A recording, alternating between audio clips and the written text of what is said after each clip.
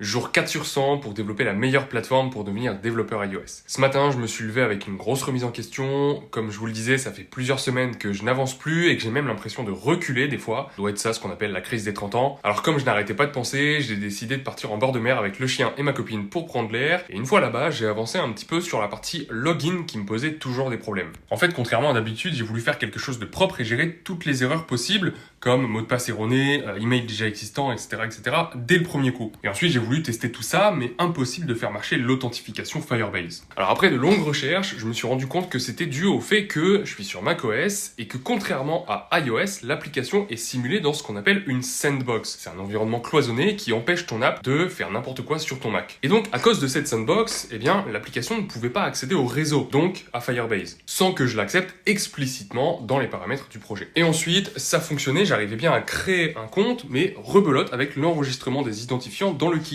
Et là, c'est pareil, c'était dû à la sandbox et il fallait encore ajouter de nouveaux paramètres dans le fichier d'autorisation pour pouvoir stocker l'utilisateur connecté. Le but de tout ça, évidemment, c'était de faire en sorte de ne pas avoir besoin de s'authentifier de nouveau à chaque fois qu'on lance l'application. Bref, maintenant que ça c'est fait, on va pouvoir passer aux choses sérieuses.